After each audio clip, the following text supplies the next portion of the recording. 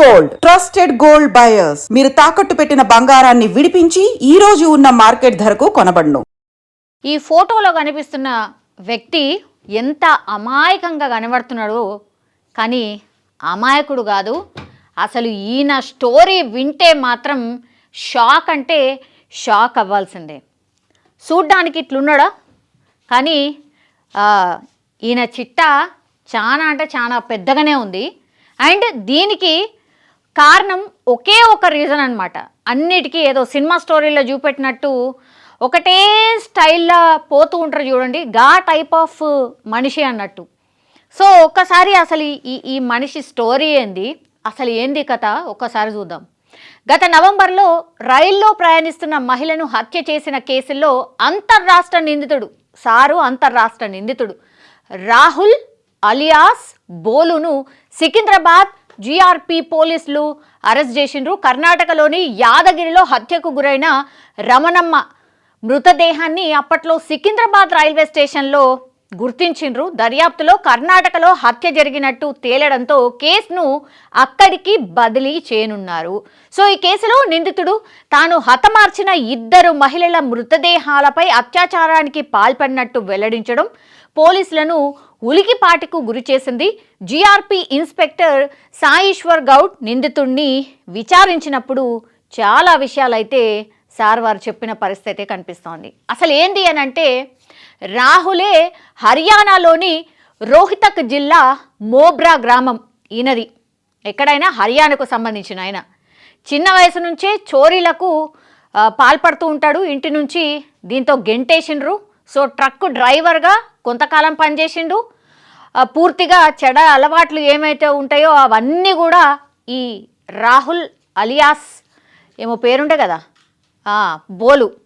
So సర్వం అన్ని అలవాట్లు ఉన్నాయి ఈసారికి. సో ఏమైంది, ట్రక్ డ్రైవర్గా ఎంతో కొంత జీతం వస్తుంది కదా. సో అవన్నీ ఏం సరిపోకపోతుండే. సో దురలవాటు పూర్తిగా అన్ని తాగుడున్నది, ఇంకేమో ఉన్నాయి అన్నీ ఉన్నాయన్నమాట. చెడు అలవాట్లు అన్నీ ఉన్నాయి. జీతం సరిపోలే. ఇక లారీలను చోరీ చేసి తుక్కుగా మార్చి అమ్మి సొమ్ము చూసుకోవడం ప్రారంభించడు. అంటే జీతం దేంట్లోనైతే చేసిండో దాని మీదనే కన్నుపడ్డది. ఈ లారీ డ్రైవర్గా పనిచేసినప్పుడు అనుకున్నట్టున్నాడు, పెద్ద ఉన్నది, దీన్ని మొత్తం అంటే స్క్రాప్ కింద అమ్మేస్తే మస్తే డబ్బులు అవుతాయి, సో మంచిగానే బతకచ్చు అనుకున్నాడు. అట్లా కూడా దొంగతనాలు చేసి స్క్రాప్ కింద అమ్మి అట్లా చెడు అలవాట్లు ఇంకా ఎక్కువ చేసుకున్నాడు. సో 2 సార్లు సారు పట్టుబడ్డాడు దొంగతనంలో. అట్లనే జైలుకు కూడా పోయేసి వచ్చిండు. ఇక ఇవన్నీ కూడా హత్యల చిట్టా అన్నమాట.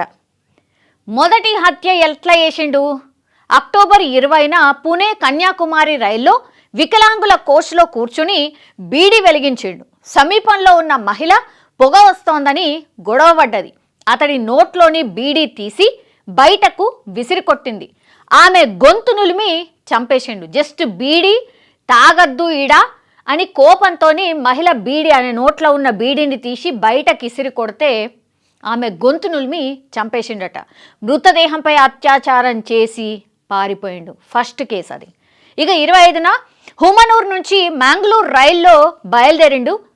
సెల్ ఫోన్లో పాటలు వింటూ బీడీ తాగే సమయంలో ఓ దివ్యాంగుడు బీడీ కాల్చొద్దు అంటూ చెప్పడంతో అతనితోని గొడవపడి తన చేతి సంచిలోని తీగతో దివ్యాంగుడి గొంతు కోసి హతమార్చిండు. ఇది సెకండ్ హత్య.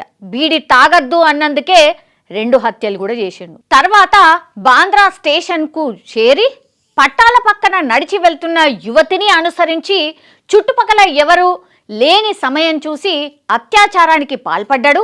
ఆమె సెల్ ఫోన్ తీసుకుని దూరంగా వెళ్ళి తన సంచిని తీసుకునేందుకు వెనక్కి వచ్చి మృతదేహంపై అఘాయిత్యానికి పాల్పడ్డాడు. ఇక సైకో అనాలనా లేకపోతే ఇంకేమనాలా మీరు ఒక్కసారి ఊహించుకోండి. ఇంత దారుణంగా మనుషులు ఉన్నారు.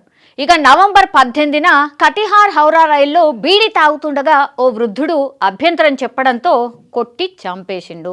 అసలు ఎవరు అభ్యంతరం చెప్పినా బీడీ రాగద్దు అన్నందుకే ఇప్పుడు 4వ హత్య ఇది.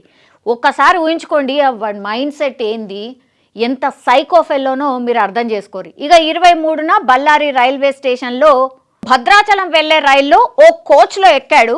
ఒక మహిళ లేడీస్ కోచ్ అని వారించింది. తర్వాత స్టేషన్లో దిగిపోతానంటూ బీడీ వెలిగించడంతో ఆమె అభ్యంతరం చెప్తూ పోలీసులకు ఫోన్ చేయబోగా టవల్తో గొంతుని బిగించి చంపేసిండు.